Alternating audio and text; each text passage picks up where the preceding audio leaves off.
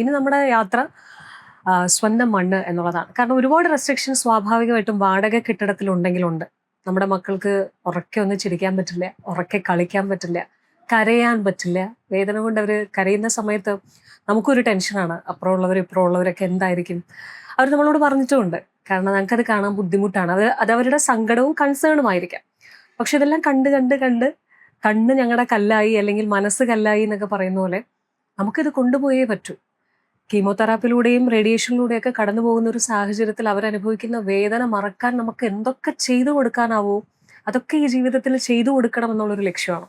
അപ്പൊ ഇപ്പൊ നമ്മൾ സ്വന്തം മണ്ണ്, സ്വന്തം വീട് അവിടെയാകുമ്പോൾ നമ്മൾ നമ്മുടെ കുഞ്ഞുങ്ങളും നമ്മുടെ മുതിർന്നവരും അല്ലാതെ, നമ്മുടെ ഫൈറ്റേഴ്സ് അല്ലാതെ വേറെ ആരെയും നമ്മൾ നോക്കേണ്ട കാര്യമില്ല.